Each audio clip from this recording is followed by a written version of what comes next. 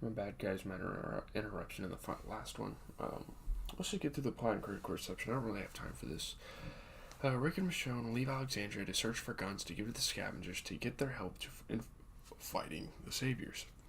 Now, in the past, they would be getting the guns. They'd be getting the guns for Negan or the saviors or whatever. But now they're fighting the saviors. Now they're getting guns for their allies. After one fruitless day, they find an abandoned traveling carnival behind the school. The grounds are filled with walkers and many military soldiers still equipped with their guns, which is a very interesting dynamic, and there's going to be some interesting things that happen with that, I guess. Nothing major, it's just kind of some cool things they weave into the storylines. They scout the crowd from the school's roof, but it collapses on them, and they fall through, and turns out that was a blessing in disguise. They land on mattresses inside the empty school and discover a supply of rations, a lot of food, a lot of different supplies that they can bring back, and that can probably go to the saviors. The food's going to the saviors, the guns will probably go to Negan. So yeah, as they feast and prepare to deal with the walkers the next day, Michonne encourages Rick to take charge of the New World Order once they have defeated the saviors. Rick is unsure of this. I'm sorry, I'm like tired as fuck and I don't feel like doing these videos right now, but we're gonna get them pumped out for you guys because I'm a G, you know. I know my video might sound like a bit lazy and lousy, but it's not bad. Okay, so yeah, they're kind of like laughing this whole time too. They're kind of happy to like be together, and yeah, it's always great to find happiness in a situation like this. Meanwhile, Rosita ventures out on her own, trying to find more guns, but is unsuccessful. All she finds is a toy gun. And she's kind of being selfish here because she meets with Gabriel and expresses her desire to kill Negan, even if she dies in the attempt, expressing contempt for Gabriel's approach to handling the saviors. She's kind of like shitting on him for whatever reason, even though he's like trying to help or whatever. So, yeah, I don't know. It was kind of a bitch moment for Rosita there. Gabriel cautions her that dying is the easy way out. And that you gotta keep surviving. You can't put yourself in situations that you're not gonna survive in. In the morning, Rick and Michonne methodically deal with the Walker horde. As they split up to finish off the stragglers, Rick spots a deer, and deer are animals they've been wanting to hunt for so long, but every time they find a deer, it's infected by the walkers. Which, I mean, definitely need to notice that, or else they're going to be eating poisoned deer. I don't know.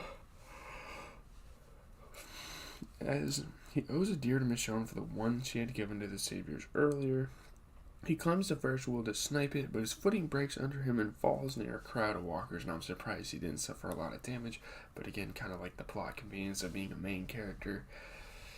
Shit like that will happen, I suppose. Oh, it's got a copy of my 2K. Fuck. Okay, that's fine. We'll just keep... I mean, we still gotta make videos, but, I'm getting distracted. Michonne runs over and, horrified at seeing what she thinks are the walkers eating him, drops her katana. It's a very cool, like, plot device that they do to, like, trick our minds, but we know deep down it's Rick. There's no way he died this early in the show. It's his show. Like, we have 11 seasons. No, I mean, I guess not knowing that they had 11 seasons at the time, maybe they thought this was the last season of the show, possibly, with Rick dying and, like, the fight being the end of it, but there's no way. Let's see. Rick reveals himself having hidden under a crate, and together they clear the remaining walkers, eating the deer he had spotted.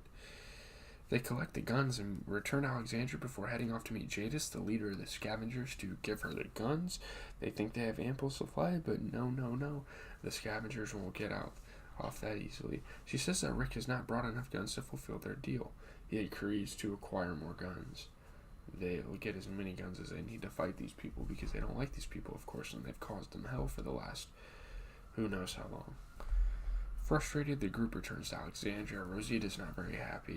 I mean, there's a couple of people from the group that aren't happy, but Rick sees it as we need to earn their trust. We need to get them more supplies. Tara, who's contemplated telling the others about the well-armed Oceanside community, asks Rick if they can talk. Now, we don't really hear what they're talking about, but I'm assuming that she's telling them about the Oceanside, and maybe they can get the Oceanside to fight the Saviors.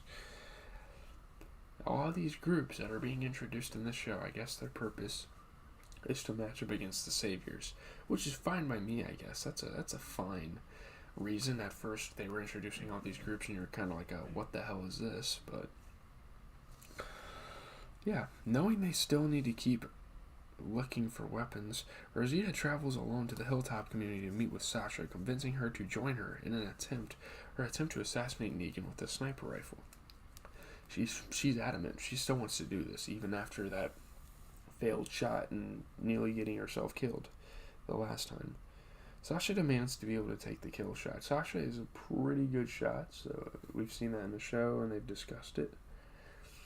They both acknowledge they will likely not survive the attempt. Like, if they kill Negan, they're both probably going to die. And yeah, that's the episode. That's kind of like the cliffhanger. And that just kind of adds to the ongoing war already. Because if they attack prematurely before the battle happens, Negan's going to know that the rest of the group's going to want to do something as well. So it's probably not a good idea in the long run for them to do that, but it is what it is. I think this was a pretty good episode, on Rotten Tomatoes, 79%, 6.65 out of 10, 34 reviews. Say Yes features an enjoyable side trip with Rick and Michonne, as well as surprises, a few laughs, and some good zombie action. This is the first time in a while we've seen some really good zombie action, honestly. Truly a bizarre episode, probably the most disappointing one this season, since I was genuinely enjoying it for a while before it took a nosedive. That deer, my god, that deer. I mean, that was a cool plot device, and then the rest of the episode was kind of I did like the Rick and Michonne stuff, but the rest was, I don't know. That whole sequence with the zombies was great, but I don't really have much to say. We gotta get into The Last of Us up next. I'm waiting for my 2K to copy so I can see if my stuff's sold on the game. After this we have The Last of Us. I don't think I'm going to go to the gym today. I was thinking about it, but I just don't see myself going to the gym today. I'm so exhausted. I got to do some homework as well. And I also have to watch Pulp Fiction. I think that's the movie I'm going to watch this week because I'm really wanting to watch that. And news this Friday, I might be watching Wolf on Wall Street for the first time. So you guys might get some bonus content here on Saturday. Pretty dope. I was thinking about going home from college, but I think I'm going to stay here, hang out with the boys and stuff. Leave a like, comment, subscribe. GZ TV is always giving you guys the best TV content out there.